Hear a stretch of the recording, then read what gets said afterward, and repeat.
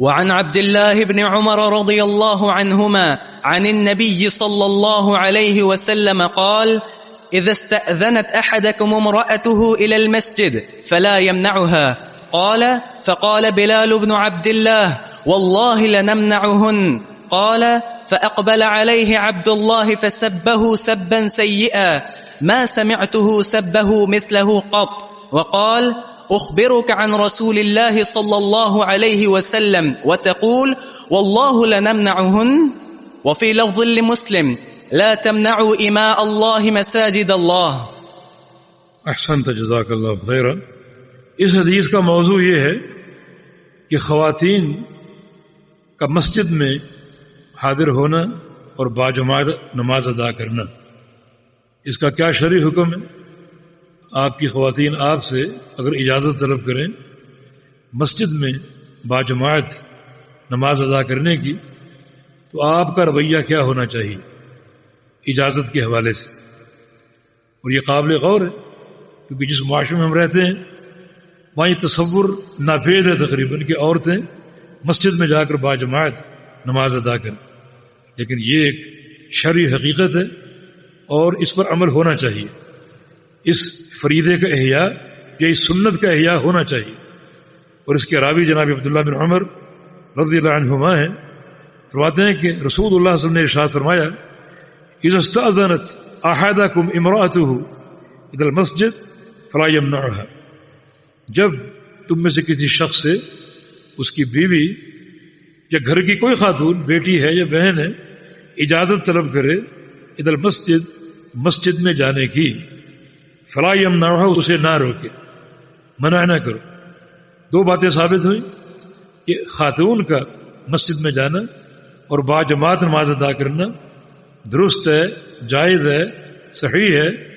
اور خاتون اگر اپنے گھر کے سربراہ سے اجازت طلب کرے مسجد میں جانے کی، تو گھر کے سربراہ کو اس کو روکنے کی کوئی گنجائش نہیں، بلکہ وہ اجازت دے کہ تم جا کر باجماعت نماز ادا کرو.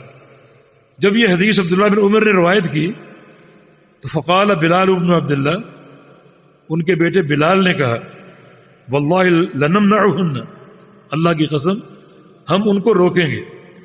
اگر ہماری بیویوں نے ہم سے اذن طلب کیا مسجد میں جانے کا، ہم منع کریں گے، اجازت نہیں دیں گے، روکیں گے. قال فاقبل علیہ عبداللہ فسبہ سبا سیئا، تو عبداللہ ان کے والد ان پر متوجہ ہوئے، اقبل علیہ ان پر متوجہ ہوئے، اور فسبہ سبا سیئا، اور ان کو انتہائی بری گالیاں دیں، یہ بہت ڈانٹا اور بڑی توبیخ اور ڈانٹ ڈپٹ کی، برا بھلا کہا. ما سمعتہ سبہ مثلہ قط، پتہ ہے کہ اس جیسا ڈانٹنا، برا بھلا کہنا ان سے میں نے کبھی نہیں سنا. بہت سے ایسے مواقع آتے ہیں کہ غصے کو برانگیختی ملتی ہے، مگر اس قدر غصہ اور اس قدر جو ڈانٹ ڈپٹ، برا بھلا کہنا ہم نے کبھی نہیں دیکھا. آج پہلا موقع تھا. حالانکہ عبداللہ بن عمر صاحب خلوق حمیدہ تھے، مگر یہ بھی اخلاق حمیدہ کا تقاضا ہے کہ حق پر غیرت کا جاگ جانا، یہ غیرت کا اظہار. چنانچہ آپ نے اپنے بیٹے کو ڈانٹا برے طریقے سے اور فرمایا کہ اخبرک عن رسول اللہ صلی اللہ علیہ وسلم وتقول واللہ لنمنعہن، میں تمہیں نبی علیہ السلام کی حدیث سنا رہا ہوں، نبی علیہ السلام کی حدیث سنا رہا ہوں، اور تم کیا کہہ رہے ہو کہ اللہ کی قسم ہم روکیں گے.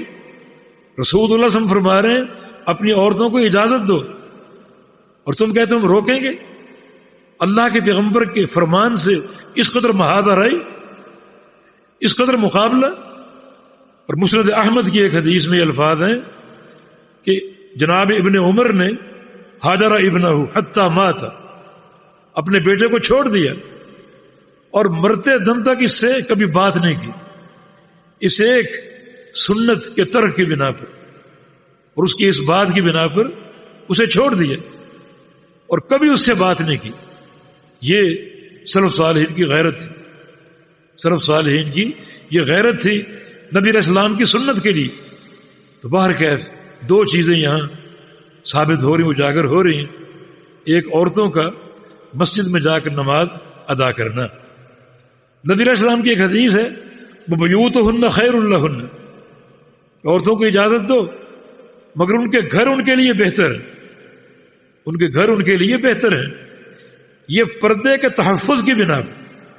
لیکن ایک خاتون اگر گھر سے نکلے پورے پردے کی حفاظت کے ساتھ، جیسا کہ نبی علیہ السلام کا فرمان ہے بل یخرجن تافلات، بل یخرجن تافلات، عورتیں گھر سے نکلیں اپنے آپ کو ڈھانپ کر اور پراگندہ حیت لے کر، وہ بناؤ سنگھار کر کے نہیں، زیب و زینت کے ساتھ نہیں. اور خوشبو تو بالکل حرام ہے. جو عورت خوشبو اور لگا کر معطر ہو کر گھر سے نکلتی ہے، جس مرد کی ناک میں وہ خوشبو جائے گی گویا اس مرد نے اس سے زنا کیا. اتنی شدید وعید ہے. تو ضرور آئیں مسجد میں لیکن تفعیلات، اپنے پردے کی حفاظت کے ساتھ اور پراگندہ حیت کے ساتھ، بناؤ سنگھار کر کے نہیں اور فیشن اختیار کر کے نہیں، بلکہ سادگی کے ساتھ اور گویا ایک پراگندہ حالت کے ساتھ. اور عورت جب باہر نکلتی ہے تو سر کی چوٹی سے لے کر اپنے پاؤں کے ناخن تک پردہ ہوتی، اس طرح اپنے آپ کو ڈھانک کر نکلی. اور وفی لفظ مسلم، اور صحیح مسلم کے ایک حدیث میں یہ الفاظ ہیں لا تمنعوا اماء اللہ مساجد اللہ، کہ اللہ کی لونیوں کو، اللہ کی بندیوں کو نہ روکو مساجد اللہ، اللہ کی مساجد سے. اللہ کی بندیوں کو، ان خواتین کو نہ روکو، نہ منع کرو مساجد اللہ، اللہ کی مساجد سے. یہ نہیں ہے اور نہیں تحریم کے لیے. اگر خاتون تم سے اجازت طلب کرے، آپ اس کو روکیں گے تو آپ نے ایک حرام کام کا ارتکاب کیا. روکنا ناجائز ہے. اجازت دیں ان کو تاکہ مسجد میں باجماعت نماز ادا کریں، کیونکہ اس کے اور بھی بہت سے فوائد ہیں، جیسے کہ پیچھے حدیث میں گزرے.